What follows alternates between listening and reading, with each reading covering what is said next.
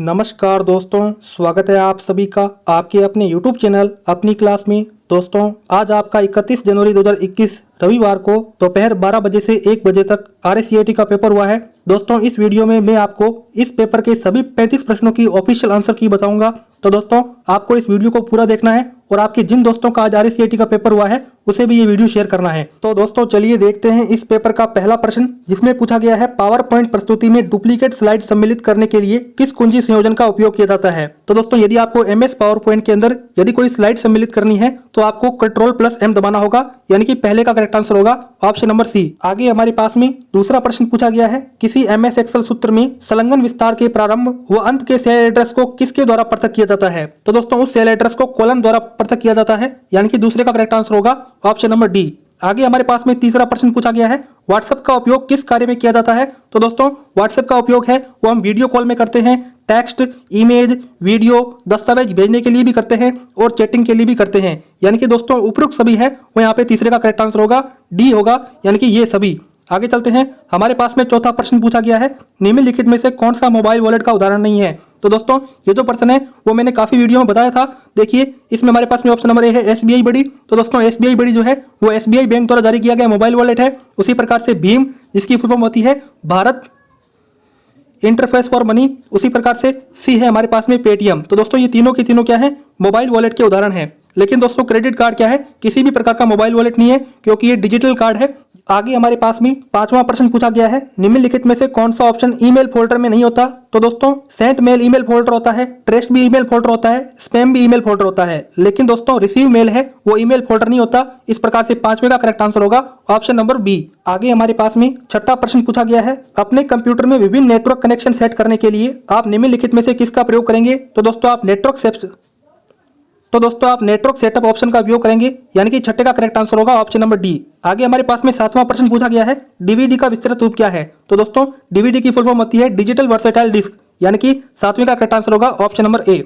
आगे हमारे पास में आठवां प्रश्न पूछा गया है, MS वर्ड में किस शॉर्टकट कुंजी द्वारा फॉन्ट साइज है उसको बढ़ा सकते हैं। तो दोस्तों, हम फॉन्ट साइज को Ctrl+Shift+ ग्रेटर देन इसके द्वारा हम बढ़ा सकते हैं, यानी कि आठवें का करेक्ट आंसर होगा ऑप्शन नंबर ए। आगे हमारे पास में नौवां प्रश्न पूछा गया है, सोशल नेटवर्किंग साइट कौन सी है। तो दोस्तों, फेसबुक और ट्विटर ये दोनों की दोनों क्या है, सोशल नेटवर्किंग साइट है, यानी कि नौवें का करेक्ट आंसर होगा ऑप्शन नंबर सी, ए और बी दोनों।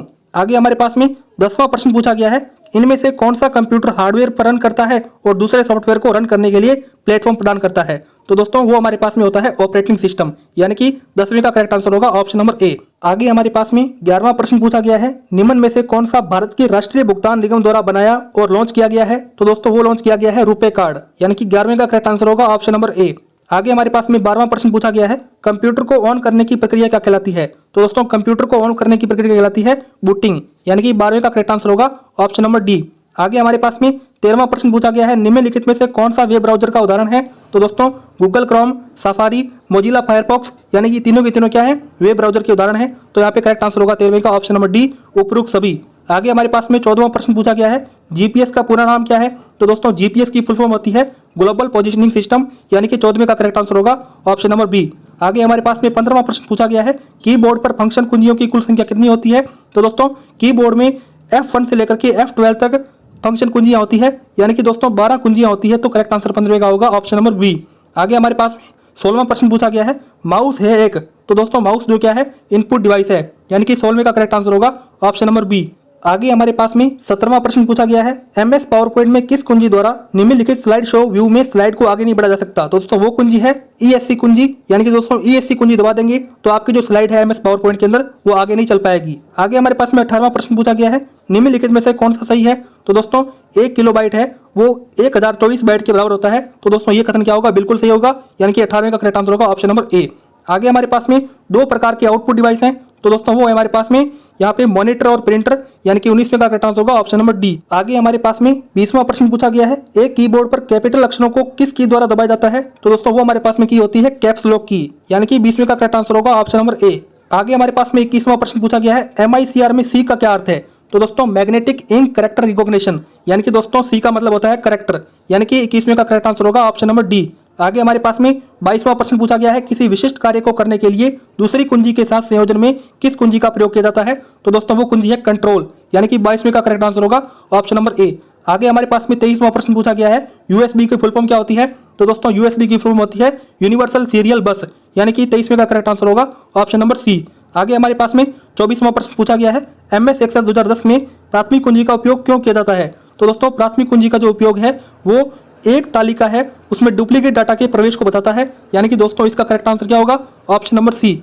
आगे हमारे पास में 25वां प्रश्न पूछा गया है, कौन वेब संसाधनों के लिए एक संदर्भ है जो कंप्यूटर नेटवर्क और तंत्र को पुनः प्राप्त करने के लिए एक स्थान को निर्दिष्ट करता है? तो दोस्तों वो होता है हाइपर टेक्स्ट ट्रांसफर प्रोटोकॉल, यानी कि 25वें का करेक्ट आंसर होगा ऑप्शन नंबर ए। आगे हमारे पास में 26वां प्रश्न पूछा गया है, विंडोज 10 में स्नैप असिस्ट का क्या उपयोग है? तो दोस्तों कंप्यूटर के अंदर हम विंडोज 10 है तो उसमें यदि हम स्नैप असिस्ट ऑप्शन ऑन कर देते हैं तो हम एक स्क्रीन पर एक से अधिक विंडो रन करा सकते हैं, यानी कि दोस्तों आप गूगल भी चला लोगे एक साइड आप यूट्यूब पर वीडियो भी देख लोगे, यानी कि दोस्तों आपकी एक ही स्क्रीन पर कई स्क्रीनें आ जाएगी। आगे हमारे पास में 27वां प्रश्न पूछा गया है, एक सर्च इंजन द्वारा सूचनाओं को खोजने के लिए किसका प्रयोग किया जाता है? तो दोस्तों आप वेब क्राउलिंग, इंडेक्सिंग, सर्चिंग तीनों का उपयोग करोगे, यानी कि 27वीं का करेक्ट आंसर होगा ऑप्शन नंबर डी। आगे हमारे पास में 28वां प्रश्न पूछा गया है, नेटवर्क कनेक्शन डिवाइस का कौन सा उदाहरण है? तो दोस्तों वो होता है हब और स्विच, यानी कि 28वें का करेक्ट आंसर होगा ऑप्शन नंबर डी, ए और बी दोनों। आगे चलते हैं, हमारे पास में 29वां प्रश्न पूछा गया है, यूआरएल किस बार में शो होता है? तो दोस्तों यूआरएल होता है वो एड्रेस बार में शो होता है, यानी कि 29वें का करेक्ट आंसर होगा ऑप्शन नंबर डी। आगे हमारे पास में 30वां प्रश्न पूछा गया है, वर्कशीट पर हॉरिजॉन्टल और वर्टिकल लाइनों को क्या कहते हैं? तो दोस्तों उन्हें कहते हैं ग्रिड लाइन, यानी कि 30वें का करेक्ट आंसर होगा ऑप्शन नंबर डी।